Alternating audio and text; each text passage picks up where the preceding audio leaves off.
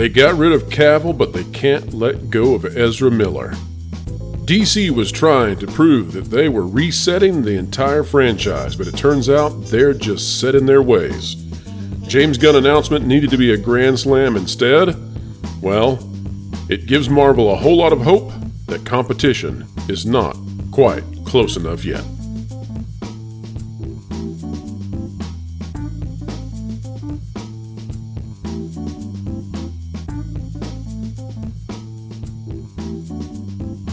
They were so close.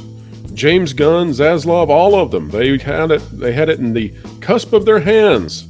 They had Marvel down on the mat. And yet it seems, based on the responses from audiences everywhere on James Gunn's explanation of where DC is going, well, it may not have gone quite the way they had hoped. But who knows? Let's dive into this. We've got a full panel with us today. We've got Mary Mayhem. Hi. We've got Caffeinated Wolf. Hello. And we've got Morgan Freeman. What? Konnichiwa. Well, now I'm really messed up. That's one way to get started. All right, so we're going to dive straight into this article out of The Hollywood Reporter. It's what everybody is talking about, but we're not going to talk about the same kinds of things. Just to give a brief overview, the full first chapter of the next version of the DC universe, if there ever was one, was outlined by James Gunn yesterday. And, well, there are mixed reactions. So, now after ambitiously promising fans that they would have something to show them by February 1st, Gunn and Safran have unveiled the first part of their slate. It's a combination of big, well-known heroes along with lesser-known characters who may just become big, like the once obscure heroes of Gunn's Guardians of the Galaxy films over at Marvel Studios.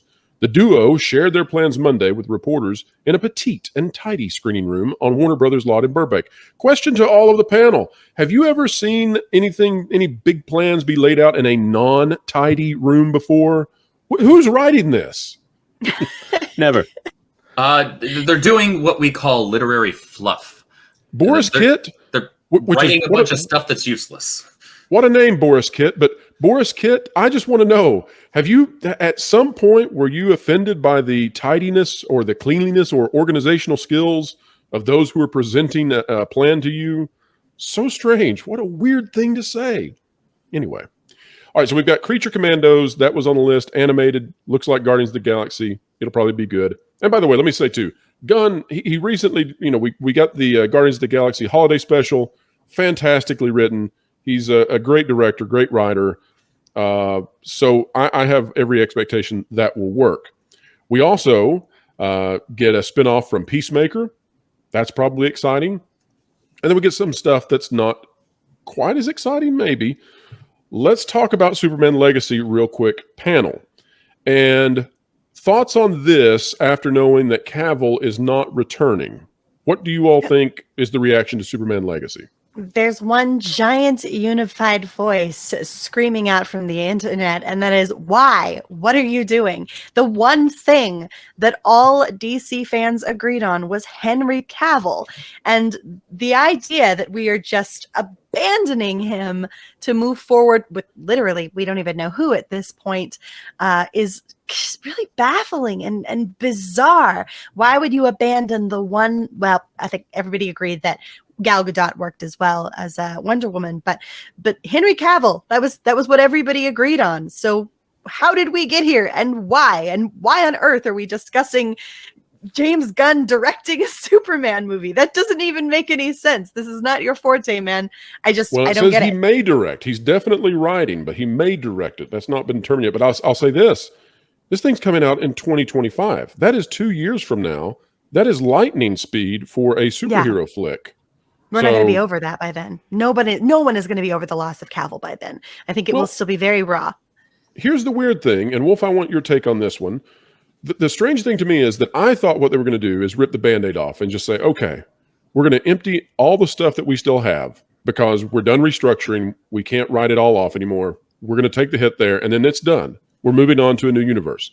That doesn't seem to be what they're doing. So what do you think is going on where they're keeping some of the people that are wildly problematic at the same time dropping Cavill? What the heck's going on? It's so funny and somehow poetic and appropriate that of all studios to do this cherry picking, it'd be DC Studios.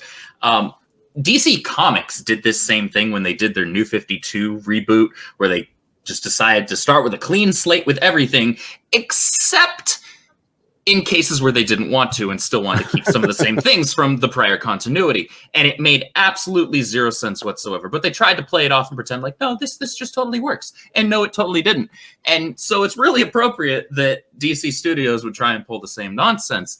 I understand wanting to start with a clean slate. And if there was a movie to do it, doing a Flash, specifically a Flashpoint, even though this isn't going to even remotely resemble the actual Flashpoint story from the comic books, that's a whole other thing.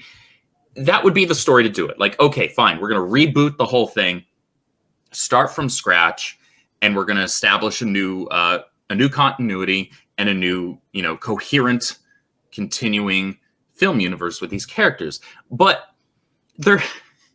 the thing is, you can do two things at once. You can get rid of, it's already been done. You can get rid of the things that didn't work and keep the people that did.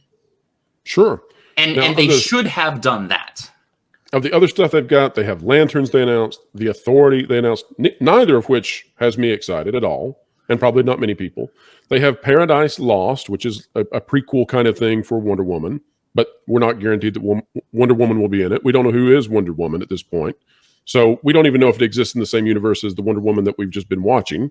My guess is that it's going to just involve primarily the Amazons that are on Themyscira. We'll probably see a lot of Hippolyta, her mother, and a lot of the other more prominent Amazons. But I don't think we're really going to see much of Diana in this. To be perfectly honest, because they in no part of that description do they actually mention her presence. Good point.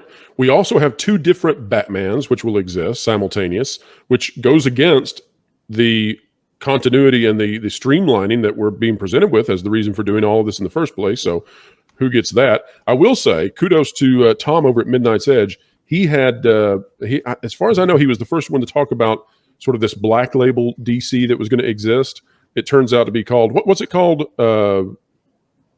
What are they calling this other thing? Elseworlds. Elseworld. Yeah. It's being called Elseworlds. I was like, it's not Otherworld. Yeah, it's a well-known concept among comic book fans, and we're all very familiar with like different timelines and jumping from one thing to another because there are just too many crazy routes to take within these to try to make sense of everything. They don't all fit, so sometimes you just have to make different timelines and run with that.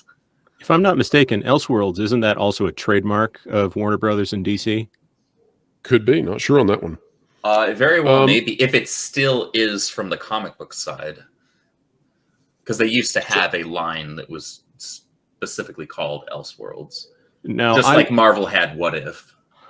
I will also add here that this is the second time that J.J. Abrams has had a Superman movie come up and just disappear. Well, not Abrams, correct? Now, wasn't he involved in Flyby before that got canned? And now the Ta-Nehisi Coates Superman. Maybe I'm misremembering. No, that one hasn't been completely canned yet, to my understanding. But yet it's you can see how messy all of this gets. Yeah, that's a great point, Jonas. This is messy. They also didn't mention Joker 2, which is definitely in production right now. And it's definitely Elseworld, yep. Okay, so let's run through the last of these. We've got Booster Gold. We've got Supergirl, Woman of Tomorrow. And we have Swamp Thing. Of all of these, Swamp Thing is the one thing I'm looking at and going, okay, I can get behind that. But so that all was announced by James Gunn on his Twitter. Because we're moving quickly, we're not going to watch it in its entirety. But I do want to come down to this. So let me set this up. DC needed to knock it out of the park today. Just being totally honest. And I have watched commentary by people that I highly respect going through this. And everybody that I watch, whatever side they're on, one thing they don't touch is, was it a home run? And I do not think that this is a home run. Like you can take the position that, oh, they're doing the right thing, or you can take the position they're doing the wrong thing. My question is, was it a home run? Because that's what they needed to do, because this is supposedly an entirely new direction that's going to rescue this multiverse of franchises that has been down and out. Right? I mean, this is nothing compared to Marvel. It's almost a trademark of DC at this point to kind of make a slate of things that everybody just went, And so it's in More keeping blame with the track record that we have established so far. It's far from a home run. And that I'm saying that as someone who has tried to forever maintain a sense of optimism and hope moving forward with the DCU, because I want so much to see these characters that I love come to life and live before me on the screen. I'm genuinely desperate to see that happen, and time after time after time they just fail to really even hit it to shortstop. It's becoming incredibly frustrating. How many because billions of dollars are Superman and Batman worth if you can just get them right? Yeah. A lot. Oh my gosh. You could equal the Spider-Man franchise easily. Batman is the easiest thing in the world to put on the screen and have everyone agree we love this thing. It's just so incredibly easy, and I'm becoming just truly frustrated with the fact that just scrap it. If you're going to scrap it, scrap it. If you're not, then let's figure this out and move forward. But you need to pick a lane and get in it. You can't keep half scrapping things and partially starting over.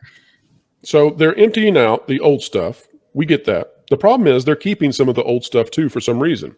And so buried in all of this is a statement that I find to just be troublesome. And I think it indicates, well, exactly what the topic of this video is about. That DC had their chance. They had the opportunity. They came up to bat and they whiffed it big time. Here's the statement. Among those actors is Ezra Miller, the troubled star of The Flash, who has found, and I'm going to read this verbatim until we get to the end of it, themselves at the center of several criminal investigations.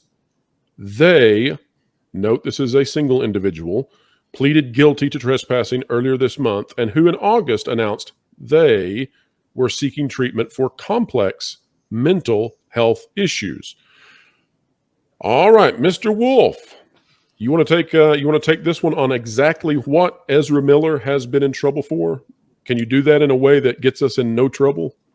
Oh, I think I can. I think I can work my way. Let's dance around it. What all has Yeah. Ezra Miller been involved in? Lollygagging. Ezra Miller has in the extreme. Ezra Miller has managed to be on the receiving end of quite a few accusations, many of which are actually physically documented on, video and things Darn like that. video. So, yeah, darn that video evidence. We're talking things like, assaulting a woman, freaking choke slamming her on the ground. We're talking holding a couple up in their hotel at gunpoint and stealing their passports. Wait a minute, Wolf.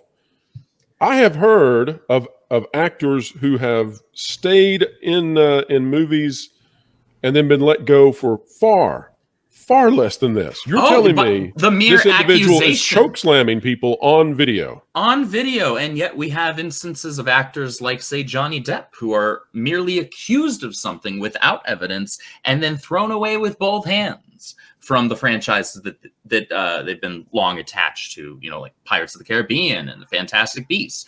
Fantastic Beasts, a franchise that is held by the same studio, or the same parent company at least, Warner Brothers. So Warner Brothers was fine to toss out Johnny Depp with both hands the second he was accused of something. But Ezra Miller is still sticking around despite now hold on. actual evidence. Let me wrap my head around this. So Justin Roiland, who is the co-creator and voice of Rick and Morty, has a domestic situation accused of, right? Yep. And is immediately fired from that show, from all the shows that he's a part of, is separated even from the video game company that he started. And I don't know whether it's true or not. It's got to go to court. We'll find out. But before there's any semblance of a verdict, we're at the beginning of the process, right? Mm-hmm. He's terminated. We've got Alec Baldwin. We have celebrities coming out. Alec Baldwin shoots and kills a woman. Someone is dead, and he's the boss over the production of the whole thing. There's no way out of it. And he had celebrities coming out of the woodworks to support him on Twitter and making positive statements about him. You're telling me that Ezra Miller is on video choke slamming somebody, and Ezra Miller is getting the early on Alec Baldwin treatment? Yeah. Ezra Miller gets to stay.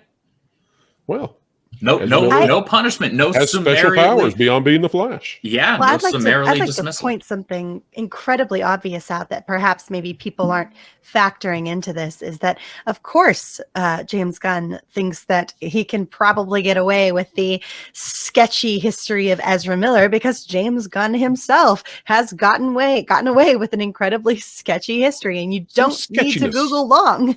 You don't need to do a long Google search to figure out what that is. And I'm not going to mention it here because YouTube can be pretty strict on what you can and can't say, but do a quick Google, traverse through it for just a few minutes and find out what the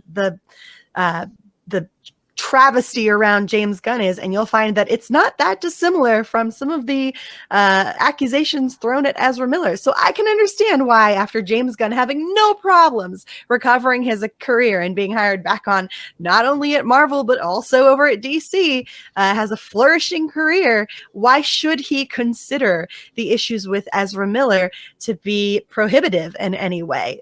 History has told him exactly the opposite is true.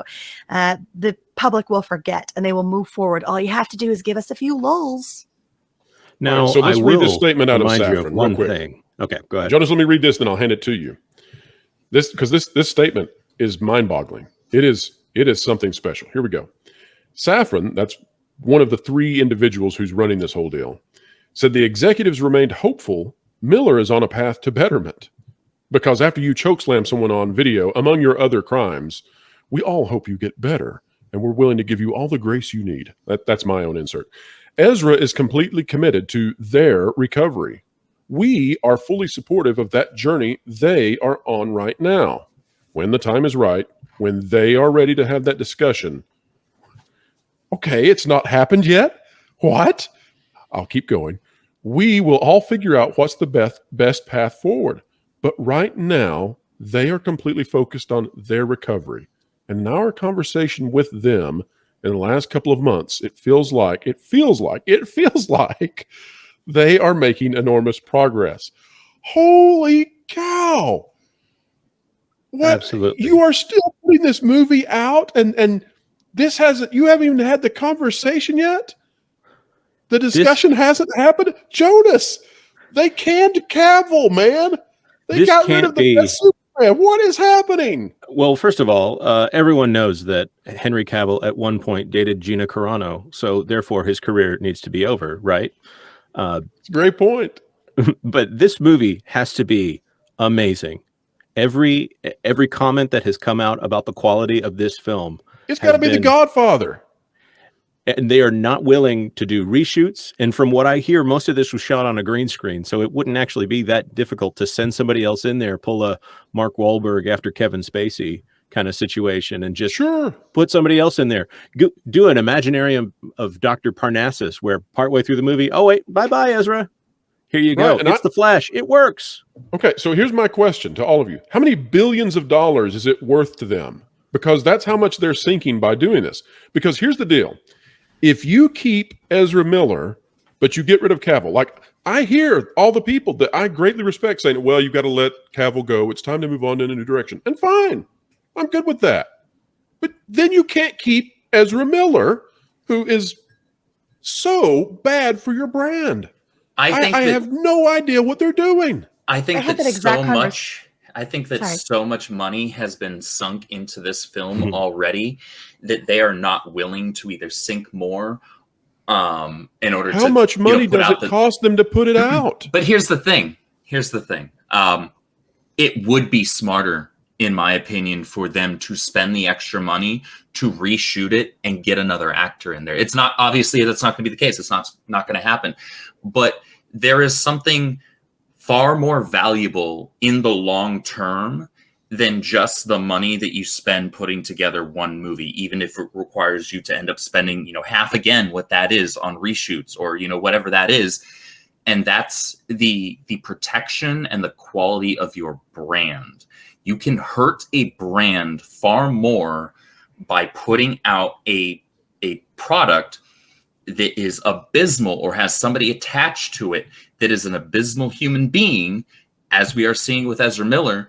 You can do far more damage by doing that than you can to your pocketbooks by just saying, oh, well, we're not gonna do the reshoots. We'll save the money there. No, you're gonna end up hurting more in the long run. And the thing is, Peter Safran himself already knows this. And how do I know that? Because he released a statement to Variety saying that that David Zaslav made the correct decision in canning that Batgirl film because it was unreleasable. It would have hurt DC in the long run. Those are his words. He knows this concept is a thing, and yet Ezra Miller remains. Well, and here's my thing. It's not that I don't care about the movie. Okay? I don't care if the movie's great. I don't care if it's terrible. What this is doing is that it's wiping out the interest from the super fans. And I don't say like Superman super fans. I'm talking about the people who are diehard DC fans. Mm-hmm. When you keep Ezra Miller, but you drop Henry Cavill, okay? So it's not that you're moving on, it's that you're picking who you're moving on with. When that happens, then you drive away the massive interest because Ezra Miller does not have any sort of fan base to carry this thing, and therefore you damage the entire DC effort at the very moment that Marvel is down on the mat and they've got an actual chance to overcome them. Well, and to that point, I've heard plenty of people who I respect and I regard their opinions highly, that this is necessary for us to move forward. We have to let Cavill go. And I can understand that perspective, even if I don't necessarily agree with it, because I think that the minute that you introduce a concept like Flashpoint, anything's on the table. But I can understand that angle, provided it's the level playing field across the board. That if you're wiping it, then wipe it. Give me Wally West, or give me a different actor for Barry Allen. If you're going to do it, at least be consistent. But that's not what we're getting here. We're getting the most baffling response possible, which is let's just chuck Henry Cavill out of the door and keep Ezra Miller? Rip this Band-Aid off. Get rid of it. Now, Ezra Miller is a mediocre actor with no screen presence, certainly not a positive one. There's nothing likable about what Ezra Miller brings to any character that I've seen Ezra Miller play. Ezra Miller can chokeslam a woman, but Ezra Miller can't run. Why is Ezra Miller the Flash? I am a former varsity cross country and track athlete. Ezra Miller cannot run. I don't know what that is. Let's get into the Marvel situation. And Jonas, I'm coming out here. Go for it, Jonas. Now, James Gunn really likes to say to his fans that he never lies to the audience. And I noticed that the statement that Ezra Miller still has a chance to continue came from Peter Safran. Oh, and that's they've exactly also right. stated that any of these films that are going on right now, all of these actors in all of these established properties do have a chance to continue, according to the announcements. I wonder if it is just them trying to reach out to the people that are saying, well, what is the point of this movie if it's not building towards something? Because now you can't just have a movie. You have to have a cinematic universe. Apparently that's not really true, but. Right. From a business standpoint, don't come out and say the reason we want to do this is because we want to have every time you see this character, it's linked with this actor, it's linked with this likeness, it's linked with, it's all continuous. Don't tell us that and then say, oh, by the way, we're going to put out all this other stuff at the same time, which is not connected and which may or may not continue on. Like, just stop it. It's just ridiculous. And what it tells me is that somebody is trying to have their cake and eat it too, while at the same time, I'm thinking to myself, James Gunn was great at Guardians of the Galaxy. He's really good at scrappy groupings, right? He's really good at bringing characters together from odd backgrounds and putting them together in a fun way in scripts. But that's not what you do when you build an entire universe of franchise connected. Like, this was the time to come out with what they call the diamond characters. This was the time to bring out the AAA team, Batman, Superman, Wonder Woman, and say, we're going in a brand new direction. All new castings, all new movies, right? You have to start with the Trinity with DC. Right, you can't lead with whatever these little commando people are. Marvel could not have led with Guardians of the Galaxy as the first movie. That No, wouldn't they have waited till worked. February to do that. They had enough sense about them to understand that you can't start taking the big risks with bizarre, completely unknowns. I mean, not that Guardians of the Galaxy were completely unknown, but they are definitely bizarre. You can't start that until you've established a rapport with the audience. And DC has done nothing but break rapport with audiences for over a decade now, with like forever at this point. There's no trust established. You can't take us down this crazy, weird, thorny path and expect us to stay with you when you've given us no reason to have any faith in the decisions that are being made here. They've been They needed jerking to come everybody out. around since Superman Returns. They needed to come out with, they needed to tell us who they had cast as one of the absolute big characters. And then they need to say, and it's coming out, and giving us the date. They needed to have the Tony Stark is Robert Downey Jr. moment. They needed somebody who has ultimate charisma to come out and be like, I'm carrying this thing. And they got Ezra Miller instead. Like what in the world? All right, we got to move on. We got to jump into this next thing. Here's why it's so important that DC had a home run today when they didn't. Whatever you think, you might think that they're doing well, you might think that they're doing poorly in their decisions, doesn't matter. No home run, okay? No home run. Here's why. Look at where Marvel is right now. Black Panther 2018, $1.3 billion worldwide box office. All right, check this out. Black Panther Wakanda Forever, just a few years later, $830 million in the box office. Guess what? Movie tickets went way up, about 30% between that time. So what that really means is that Wakanda Forever had somewhere between 40 and 55% of the audience participation as Black Panther. We're seeing this in multiple Marvel movies. It's the trend. It's not the exception. You want to see how bad it's getting? Look at this. Top 2022, the top 15 streaming programs. This one out of Deadline. The last information out of the numbers. But this one out of Deadline. Check this out. Netflix. Disney Plus. What is it? It's Encanto. It's their one good thing that they've put out originally because, and guess what else? It was a box office thud because everybody waited for it on streaming. Look what else Didn't it Disney come out in has. 2021 as well? Yes, it did in December. But look at the other ones that Disney has. Bluey, an Australian dog that they have acquired. They don't make it. They're just paying to put it on Disney Plus. And The Simpsons. They picked that up at Fox, and it's got a few episodes, I would say. It's got a few episodes to help it get to that point. Everything else is either Netflix or multiple streaming platforms. If you look at the differences in this, Stranger Things destroyed it. Cocomelon doing great with the kids. Disney's supposed to be the top dog or the top mouse when it comes to kids. It's not. Okay? What's not on there at all? Cultural phenomenons are supposed to be Star Wars, Marvel, etc. Not a single Marvel Disney Plus show on there. Not a single Star Wars Disney This Plus is the show. reading of culture. This is telling you where the pop culture is. You know what pop culture thing was popular in 2022?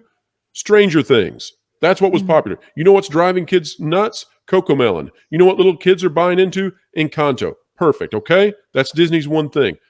Not a single Lucasfilm property, not a single Marvel property, and that's why this was DC's opportunity. They just needed to hit the home run. Jonas? It's absolutely ridiculous. When you look at NCIS sitting up there, there's no one under the age of 50 that watches that show. So that is all the people that have been dragged away from CBS to binge watch NCIS. The greatest film franchise of all time, by some people's opinions, Star Wars. It's actually Lord of the Rings, but whatever, is beat out by them phoning it in week after week of another murder and another sassy comeback from the NCIS squad. It just boggles my mind. Mary, they had the chance. They had the chance right here, right now, to get everybody on board and excited. And they needed to do something that would make us go, you know what? Now I see why they got rid of Cavill. What in the world? They haven't presented us with anything besides a slew of, forgive me for saying so, it looks like James Gunn puff pieces, James Gunn vanity projects. And I'm sorry, but James Gunn is just not a big enough draw for me. I understand that he's got some pretty cool stuff under his belt, but Great writer, great director. Yeah, but I just don't see him heading up a Superman movie. I don't see like the guy is bizarre and he's great within that niche, but I've seen nothing out of James Gunn that leads me to believe that he has any business heading up the golden trinity, the trinity of DC. And nothing on this list gives me any hope for the spectacular fireworks show that should be the DCU. None of this leads me to that. Mostly, this just looks like James Gunn's wish list. Damien? Why are we getting the most bizarre, unwanted Robin of all people? You could have done Dick Grayson, Tim Drake, Jason. You could have done Tim Drake. We would have all been on board with that. You could have led towards a Nightwing. No, that's not even. And his reasoning was because his favorite is Damien. Well, it's not your job to give yourself what you want. It's your job to give fans what they want. Yeah. Well, that puts a lot of things into question too, not to go on a rabbit trail there, but it puts a lot of questions into it. Like, where the heck in the timeline are we supposed to be here? There is no our timeline. First one, you're starting with Damien. So did Tim, Jason, and Dick just not exist? This is like 5 different timelines going at the same time, Wolf. Yeah. It's like 5 different timelines all at once, and that's where we're starting, in the middle of all the different timelines. It's insane. And we also start in a place where Batman, for any of the small children that will be wanting to watch this movie, that Batman has a kid that he never knew existed until he's an assassin. And James Gunn apparently forgot that his job was to sell Superman and Batman pajamas to little kids. Like, what is this mess? The one good thing that happened is that somebody somewhere told them to include truth, justice, and the American way. Wolf, any final thoughts on DC and how bad this is? And honestly, can they pull it out? Are we missing something? Is this some sort of grandiose plan that we just don't understand yet? I like to remain intellectually honest and not necessarily judge something before I've actually seen a finished product. And I also don't like to be a Debbie Downer and a complete black pill on everything all the time either. That being said, that intellectual honesty also requires that I call out things as I see them. And as I see this slate, Safran and Gunn, I don't know what the heck you're thinking. Like, your entire thing here was to set up a new coherent DC universe, and nothing about this slate even slightly smells of coherency. Mary, what would you have done had you been given the same job that the 3 men were given in terms of restarting this franchise? I would have led with, I would have taken the first step that they have here. I would have done a flashpoint, and I would have wiped the Zack Snyder Justice League out. No offense to anyone who's a fan of that stuff. I don't think that it's true to the characters. And I would have then led with my strongest foot forward, which is a Henry Cavill Superman origin movie. I would have followed that immediately with a Batman and a Wonder Woman, and I would have established my Trinity properly, and then gone on to build the rest of the Justice League with their individual movies with that same winning formula that the MCU established from get-go. You build your foundation, you build it strong, and you make sure that every brick you lay on top of it is sitting on top of something firm. That's what I would have done, and I don't think that takes a rocket scientist to figure that out. Jonas, how happy must Kevin Feige and all of Marvel be that DC has divorced Henry Cavill and married Ezra Miller, at least for a little bit longer? He's got a guarantee of at least 2 more years right now, doesn't he? We get to ride this drama for, that's right, years to come. Now, I will say he has to get these movies out. He's got movies just sitting there costing them money that's sunk. There's nothing they can do except put them out and market them, and he has to do it. His hands are tied. Like the Rose Tico dolls of the DC universe. There's nobody who wants them, but they got to sell them at the store somehow. And he promised everyone that by the end of the month, he would make an announcement. And I guess technically he did get it out by the end of the month. And this kind of reeks of a rushed announcement. It's garbled. But you got to give him credit. I mean, he gave it as good a spin, I think, as you possibly could.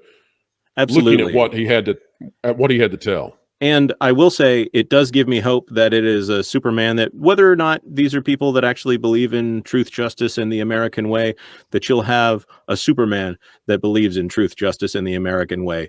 Now, whether or not they write him that way, and whether or not James Gunn is capable, same man who made Brightburn, and I'm not saying that means he can't make Superman, the same guy who made Brightburn, the same guy who made Suicide Squad and Guardians of the Galaxy, a bunch of losers, that he has to write this bright and shining Superman, and then a Batman that has to be good and moral enough to bring back Robin, who is from the League of Assassins. He's at least headed in the right direction if he can just get his gag reflex past the next 2 years. I don't know. I have hope. Make it congruent. That would be something. Jonas, where can we find you on this great, big, beautiful web? I have a YouTube channel. Actually, this morning I released the second video on my YouTube channel, Everything Woke, about the Proud family, louder and prouder. And if you would watch it, that would make all of my struggles worthwhile, everyone. Or you can find me on Twitter at Jonas J. Campbell, or on That Park Place. I like to write there sometimes. Investigative reporter, I believe. Mr. Wolf, where can everybody find you and all your fabulous opinions?